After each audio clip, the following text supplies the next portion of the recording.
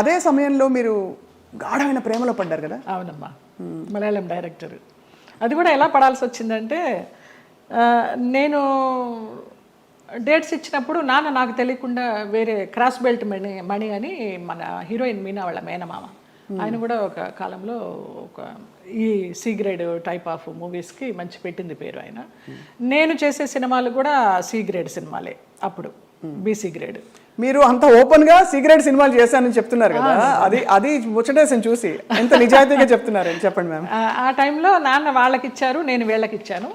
అప్పుడు ఆ లొకేషన్కి వచ్చి ఆయన రౌడీయిజం చేయపోయినారు, క్రాస్ బెల్ట్ మని. అప్పుడు ఇతను నేను భయపడి ఏడుస్తుంటే నన్ను ఒక రూమ్లో ఉంచి, నీకెందుకు నేను ఉన్నాను కదా, నేను సమాధానం చెప్పి పంపిస్తాను, వాళ్ళు మాకు చుట్టాలి అన్నట్టుగా అలాగే పంపించేసరికి అబ్బా నా లైఫ్ని సేవ్ చేసి అతను దొరికాడు అన్నట్టుగా బ్లైండ్గా పడిపోయినా ప్రేమలో.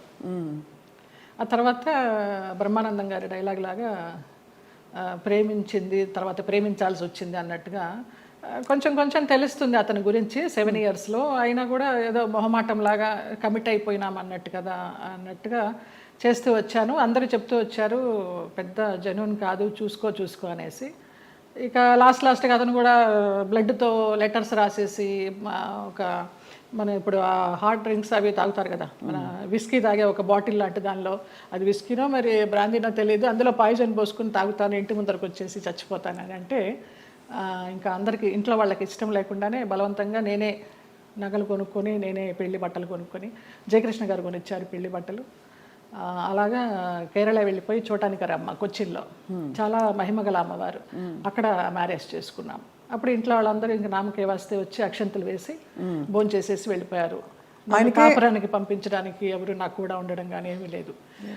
నా అంతటి నేనే చేసుకుని నా అంతటి నేనే వెళ్ళి నా అంతటి నేనే వచ్చా బ్యాక్ టు పెవిలియన్. ఆ టైంలో జయలలిత గారు ఆయనకి మళ్ళీ అంటే ఆయనకి మొదటి పెళ్ళే కదా, ఆయనకి ఇద్దరికి అంటే మీకు కాలేదు, వివాహం కాలేదు, బట్ ఆయనకు కూడా ఏమి. అవును, బట్ ఏ ఇబ్బందులు వచ్చాయి మీ ఇద్దరు మధ్య? డబ్బు, వాళ్ళకి అప్పులు ఎక్కువైపోయినాయి, చాలా విపరీతమైన లావిష్నెస్ వాళ్ళకి. నేను మంచి 3 shift చేస్తూ ఉన్నాను ఆ టైంలో. నా నగలన్నీ అమ్మేసుకున్నారో తాకట్టు పెట్టుకున్నారో తెలీదు. సినిమాలకు వచ్చిన డబ్బంతా కూడా వాళ్ళే తీసుకునేవాళ్ళు, అమ్మ నాన్నకి ఇవ్వద్దనేవారు. అమ్మ నాన్న భయపడి పవర్ ఆఫ్ అటర్నిటీ రాయించుకొని, నీకు బిడ్డలు పుట్టిన తర్వాత నేను నీ ఆస్తి నీకు ఇస్తామంటే, ఆ పవర్ ఆఫ్ అటర్నిటీ ఎక్కడికి వెళ్ళి సైన్ చేసావు, అది క్యాన్సిల్ చెయ్యి, బిడ్డను కానీ అంటే అతనికి తెలియకుండా నేను లేడీ డాక్టర్ దగ్గరికి వెళ్ళి నాకు బిడ్డలు వద్దు, ఒక 6 months నేను కొంచెం జాగ్రత్తగా ఉండాలనుకుంటున్నానని అతనికి తెలియకుండా నేను లేడీ డాక్టర్ దగ్గరికి వెళ్ళి ఆ పిల్స్ తీసుకొని వేసుకుంటూ ఆ బిడ్డలు రాకుండా జాగ్రత్త పడ్డా. ఇక ఆ తర్వాత 3 monthsకి గొడవలు, 6 months నుంచి కొట్టుళ్ళు, యాసిడ్లు పోస్తాను అనడాలు, గదిలో బంధించడాలు, ఇవన్నీ అయిన తర్వాత ఏడుస్తూ పడుకుని ఉంటే అతను నన్ను చంపడానికి అంబాసిడర్ కారులో తీసుకెళ్తున్నాడు. మా ఆయన ఎవరైతే ఉన్నారో ఎక్స్ హస్బెండ్, నిలువెత్తు బాబా. ఫస్ట్ టైం నేను కాషాయ వస్త్రాల్లో అంబాసిడర్ కారు ఇలా ఆపి నేను కూర్చున్న వైపు డోర్ తీసి నన్ను గబగబగా లాక్కెళ్ళారు. ఆ మన్నాడు పరుచూరు గోపాలకృష్ణ గారు, చలపతిరావు గారు వీళ్ళంతా మన విరుగంబాకం పోలీస్ స్టేషన్కి ఫోన్ చేసి, ఇలాగ మా అమ్మాయి అపాయకరమైన పరిస్థితిలో ఉంది, మీరు వెళ్ళి ఆ అమ్మాయిని బయటికి తీసుకురావాలని చెప్పి అలా ఇంటికి తీసుకొచ్చారు నన్ను. ఆ బాబా సంఘటన అలా జరగడం, ఇక్కడ పరుచూరు గోపాలకృష్ణ గారు, చలపతిరావు గారు ఇలా సహకరించడం అంత యాదృచ్ఛికం. అంటే ఎవరో ఒకళ్ళు భగవంతుడు పంపిస్తాడు అంతే, ఆయన రాడుగా నేరుగా.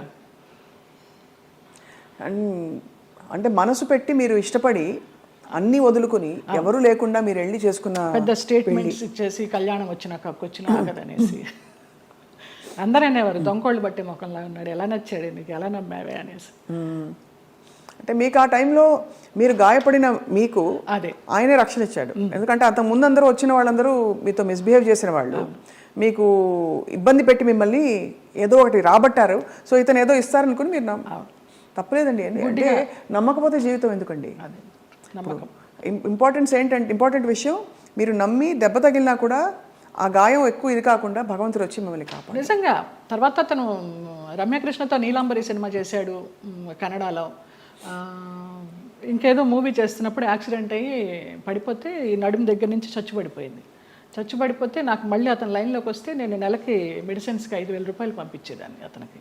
జాలి అవసరమా ఏమో తెలీదు, ఇంకా రుణానుబంధం ఉందనుకుంటా అనేసి. చాలా సంవత్సరాలకి అది. ఒక పాప పుట్టింది అతనికి వేరే పెళ్లి చేసుకుని. ఆ పాపకి ఇప్పుడు లేదు, నేను చాలా ఒక 4-5 ఇయర్స్ అయిపోయింది టచ్ లేకుండా. 13 సంవత్సరాలు ఎప్పుడో దాని పుట్టినరోజు అని అది ఇది అంటే ఇక్కడి నుంచి ఏమైనా పంపించేదాన్ని. ఆ పిల్ల అడిగేదంట, ఎవరు పంపించారు నాన్న అని. బాబా పంపించారమ్మా అనేవాడంట. బాబా గారు భక్తులా మీరు మొదటి నుంచి?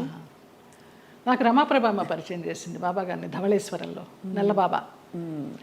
స్వతంత్ర భారతం అని మన నారాయణమూర్తి గారి సినిమాకి వెళ్ళినప్పుడు ఎందుకో గ్యాప్ వచ్చింది, నీకు ఒక బాబాని చూపిస్తారా అనేసి తీసుకెళ్ళారు ధవళేశ్వరం. అప్పుడు చూడడమే, ఆవిడే పరిచయం చేసింది. తర్వాత ఈ పెళ్ళి విడిపోతాను అన్నప్పుడు ఈ ఇన్సిడెంట్. తర్వాత ఇంటికి వచ్చి వారం రోజులు తర్వాత పడుకుని ఏడుస్తుంటే ఏంటి ఇలాగైపోయింది, బాగుంటాను అనుకున్నాను పెళ్లి చేసుకుని అని ఏడుస్తున్నప్పుడు ధవళ వస్త్రాల్లో నేను ఇలా పడుకుని ఏడుస్తుంటే నా పక్కన కూర్చుని ఆయన ఈ మడికాలు వేసుకొని ఇలాగా చేయి పెడితే నాకు కరెంట్ షాక్ కొట్టినట్టు అయిపోయింది. ఏం పర్లేదు నేను ఉన్నాను ఏడవకనేసి. ఆ 2 సార్లే కనిపించారు. తర్వాత 4 హారతులు చేసేదాన్ని ఇంట్లో, ఇంకెప్పుడు కనిపించలేదు నాకు ఆయన. కానీ మీరు చెప్పే ఈ సంఘటనలు ఊహించుకుంటే కూడా అంటే ఇంకా ఏమనాలో మాటలు రావట్లేదు. బాబా గారు వచ్చి పక్కన కూర్చుని ఆ అనుభూతి మీకు కలగడం, నేను చాలా ఫీల్ అయినా. మా స్పర్శ ఒక ఏంటో అంటారు కదా 1000 ఓట్ల కరెంట్ షాక్ కొట్టినట్టు అనేసి, అలా ఒక ఆరాలాగా వచ్చేసింది 2 సార్లు. బాబా గారి కోసం ఒక పాట పాడరా? ఒక 2 లైన్లు. ఇక్కడే ఉన్నారు బాబా గారు అనిపించే అంత అద్భుతంగా చెప్పారు మీరు. నువ్వు లేక నాధలం బ్రతుకంతాయోమయం, నువ్వు లేక నాధలం బ్రతుకంతాయోమయం, బాబా ఓ బాబా, ఇక నీ పరీక్షకు మేమోపలేము, ఇటులి నిరీక్షణ మేమోపలేము, నువ్వు లేక నాధలం బ్రతుకంతాయోమయం, బాబా ఓ బాబా. ఎంత ముద్దుగా బుజ్జి తల్లిగా పాడారు. నాకు అది బ్రహ్మానందం గారు ఇచ్చారు ఆ బాబా. ఓ ఈ బాబా గారు బాబా డివోటివ్ కదా అనేసి వాళ్ళ మేనేజర్ చేత ఇచ్చి పంపించారు. ఆయన అసలు ఒక అద్భుతం, ఆయనే ఒక అద్భుతం బ్రహ్మానందం గారు. తిరిగి వచ్చిన తర్వాత మరి పుట్టింటి వాళ్ళు ఏమన్నారు? ముందే చెప్పాం కదా, సంతోషపడ్డారు, వచ్చేసారని. మా అమ్మాయి మాకు వచ్చేసింది, మా సంపాదన మాకుంది అనేసి. కానీ ఒకటండి, మీరు ఏ మాట కా మాట ఓపెన్గా మాట్లాడుకుంటున్నాం కాబట్టి, పుట్టింటి వాళ్ళు కావచ్చు అత్తింటి వాళ్ళు కావచ్చు మిమ్మల్ని ఒక ATM మెషిన్లో చూసారని అనిపిస్తుంది. అంతే. దానికోసం మీరు నలిగిపోయి, మీరు లోపల ఇదైపోయి వెళ్ళి, అప్పుడు నలగడాలు కూడా మనకి తెలియదు, అంత జ్ఞానం కూడా లేదు కాబట్టి మీకు సంతోషం. అంటే ఇగ్నోరెన్స్ ఇస్ బ్లిస్ అంటారు ఇంగ్లీష్లో. అదే ఏమో, అది నేను తెలుగు మీడియం, ఇంగ్లీష్ కూడా పెద్దగా రాదు, బిఏ తెలుగు మీడియం. అంటే సింపుల్గా చెప్పాలంటే ఎవరి పిచ్చి వారికి రక్షణ, ఆనందం కాకపోయినా మీకు తెలియనితనమే మీకు మళ్ళీ కాపాడింది. ఆ తర్వాత మళ్ళీ ఇప్పుడు సినిమాలు వరుసగా పరచూరు గోపాలకృష్ణ గారు, ఎంత చలపతిరావు గారు మీకు చేసిన, వాళ్ళే నిలబెట్టారమ్మ. తర్వాత రామానాయుడు గారు వాళ్ళంతా వాళ్ళే నిలబెట్టారు. కాకపోతే అప్పుడు ఉన్నంత ఇది డిమాండ్ లేకుండా ఉండే. ఒకసారి పెళ్లి చేసేసుకుని వెళ్ళిపోయి మళ్ళీ వచ్చి నా క్యారెక్టర్లన్నీ అప్పుడు సనా చేసేది ఆ గ్యాప్లో. ఆ తర్వాత అలా వచ్చినాయి కానీ ముందరంత ఆ 90s లో ఉన్నంత డిమాండ్ లేదు.